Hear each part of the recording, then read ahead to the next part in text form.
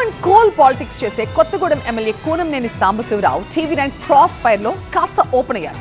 సింగరేణిలో ప్రభుత్వ జోక్యం, ఖమ్మంలో పొంగులేటి పెత్తనం, రెండు పార్టీల మధ్య పొత్తు ధర్మం సహా చాలా విషయాలపై ఫుల్ క్లారిటీ ఇచ్చారు. అన్నింటికంటే ముఖ్యంగా బీజేపీకి కూనంనేని సవాల్ విసరడం హాట్ టాపిక్ అవ్వాలి.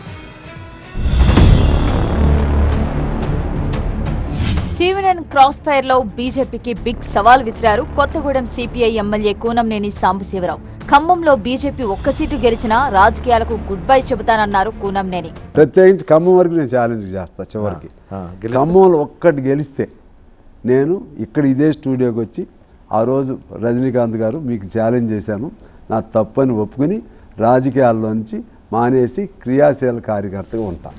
పొంగులేటితో కూనంనేనికి పొసగట్లేదా? ఖమ్మంపై పొంగులేటి పెత్తనం మరీ ఎక్కువైందా? కొత్తగూడెంలో మీకు అక్కడ మంత్రి పొంగులేటి శ్రీనివాసరెడ్డి మిమ్మల్ని నిరంతరం ఇబ్బంది పెడుతున్నారు, అడ్డగిస్తూ ఉంటారు, మీకు అక్కడ కంటి మీద కునుకు లేకుండా చేస్తున్నారు అంటారు, నిజమేనా? నన్ను ఎవరు ఏం చేయలేరండి. సాంబశివరావు అనే వ్యక్తిని చేసే దమ్ము ధైర్యం ఎవరికి ఉంది. పొంగులేటి మనస్తత్వం ఎలా ఉంది? దానిపై కూనంనేని మాటేంటి? ఆయనకి ఓవర్ ఉత్సాహం ఎక్కువ.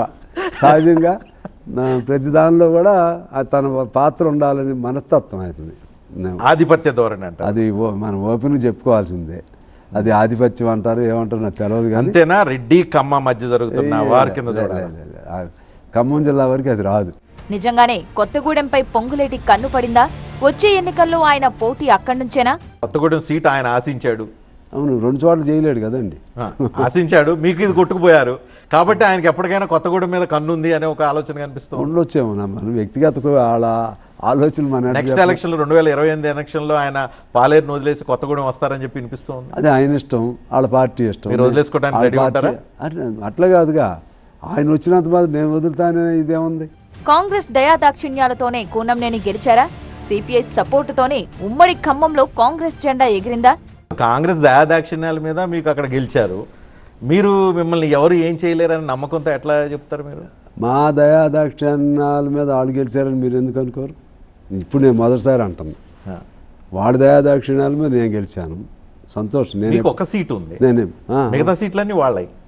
మరి అదే నేను అనేది, వాళ్ళ వల్ల మేము గెలిచింది 1, మా వలన వాళ్ళు గెలిచింది 9.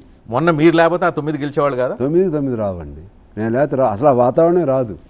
కమ్యూనిస్ట్ పార్టీ లేకపోతే అసలు వచ్చే సమస్య లేదు. సింగరేణిపై ప్రభుత్వం జోక్యం నిజంగానే ఎక్కువైందా? గ్రౌండ్ లెవెల్లో కూనంనేని గమనించిందేంటి? మొత్తంగా వచ్చేసరికి పొలిటికల్ ఇన్వాల్వ్మెంట్ ఎక్కువైంది. ఇప్పుడు కూడా political involvement it is open. దేంట్లో? అన్నిట్లో. నీకు వాళ్ళని నడుచుకోనిట్లేదు. నేను మొన్న మీటింగ్లో చెప్పా, కోల్బెల్ట్ ఎమ్మెల్యేలు దానిలోని వాళ్ళని దబాయిస్తున్నారు, అధికారులని దబాయిస్తుంటే అసలు వాళ్ళని సొంతంగా నడుపుకొని ఇస్తున్నారా? ఒకప్పుడు సింగరేణి అంటే అక్కడ కరప్షన్ లేని, మచ్చలేని ఉండేది. మిగిలిన గవర్నమెంట్ ఆఫీసులు ఏదున్నా ఇక్కడ మచ్చలేని పరిస్థితి ఉండేది. ఇవాళ ఎవడో తెలవట్లేదు. ఎప్పుడు ఎవరికి సీఎం బట్టిని అనుమానిస్తున్నారు?